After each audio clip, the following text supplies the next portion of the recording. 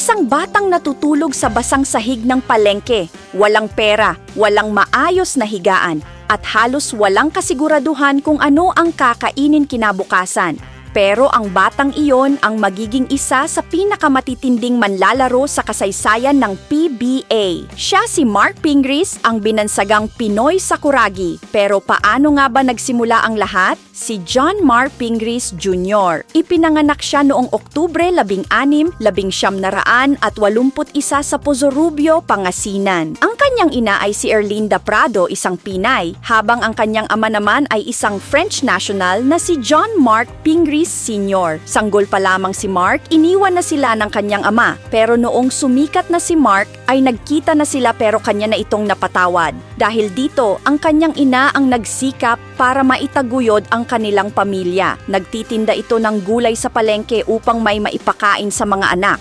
At dito nagsimula ang pinakamabigat na bahagi ng kanyang buhay. Sa sobrang hirap ng kanilang kalagayan, may mga panahong sa mismong basang sahig ng palengke sila natutulog. Habang ang ibang bata ay nasa komportabling bahay, si Mark ay natutong mabuhay sa gitna ng hirap. Pero hindi siya sumuko. Bata pa lang ay naghahanap na siya ng paraan para makatulong sa kanyang ina. Naging kargador siya sa palengke. Nagbenta rin siya ng ice buko. Nagtinda ng kandila at tumanggap ng kung ano-anong trabaho para lamang may maiaambag sa kanilang pamilya. Doon niya natutunan ang disiplina at sipag na kalaunan ay naging pundasyon ng kanyang pagiging mahusay na atleta. At ang naging daan niya palabas ng kahirapan? Ang basketball. Hindi agad naging madali ang kanyang pagpasok sa mundo ng basketball. Sa katunayan, noong high school ay hindi siya natanggap sa school tryouts. Marami na siguro ang susuko sa ganoong sitwasyon.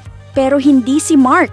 Mas lalo siyang nagsanay, mas lalo siyang nagsumikap. At kalaunan, noong second year high school, nakapasok din siya sa varsity team.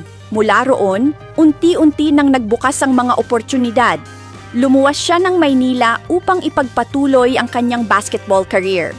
Nag-aral siya sa Far Eastern University at kalaunan ay sa Philippine School of Business Administration. Ngunit kahit nasa Maynila na siya, hindi pa rin nawawala ang problema sa pera. Inamin ni Mark na may mga pagkakataong wala siyang pambili ng pagkain. At dahil sa sobrang gutom, kinakain niya ang mga natitirang pagkain ng kanyang mga kakampi. Isipin mo iyon, ang lalaking magiging PBA legend balang araw ay minsang umaasa lamang sa tira-tirang pagkain. Pero sa halip na panghinaan ng loob, ginawa niya itong inspirasyon. Pinangako niya sa sarili na darating ang araw na makakakain din siya ng masasarap na pagkain at mabibigyan niya ng magandang buhay ang kanyang pamilya. Bago siya tuluyang makapasok sa PBA, dumaan muna siya sa iba't ibang liga. Naglaro siya para sa Cebu Gems sa Metropolitan Basketball Association at sa Wellcoat Paints sa Philippine Basketball League. Dito siya nagsimulang mapansin ng mga scouts at pagkatapos ng lahat ng paghihirap, dumating ang pagkakataong magbabago sa kanyang buhay. Noong 2004 PBA Draft, napili si Mark Pingris bilang 3rd overall pick ng FedEx Express. Mula sa pagiging batang palengke, isa na siyang professional basketball player. Ngunit hindi pa doon nagtapos ang kanyang kwento.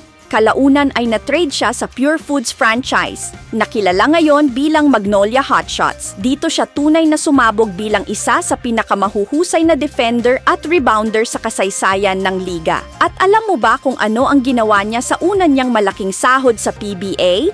Hindi siya bumili ng mamahaling kotse, hindi rin siya nagwaldas ng pera. Ang una niyang malaking pinaglaanan ay bahay para sa kanyang ina. Sa loob ng 16 years sa PBA, napakarami niyang nakamit.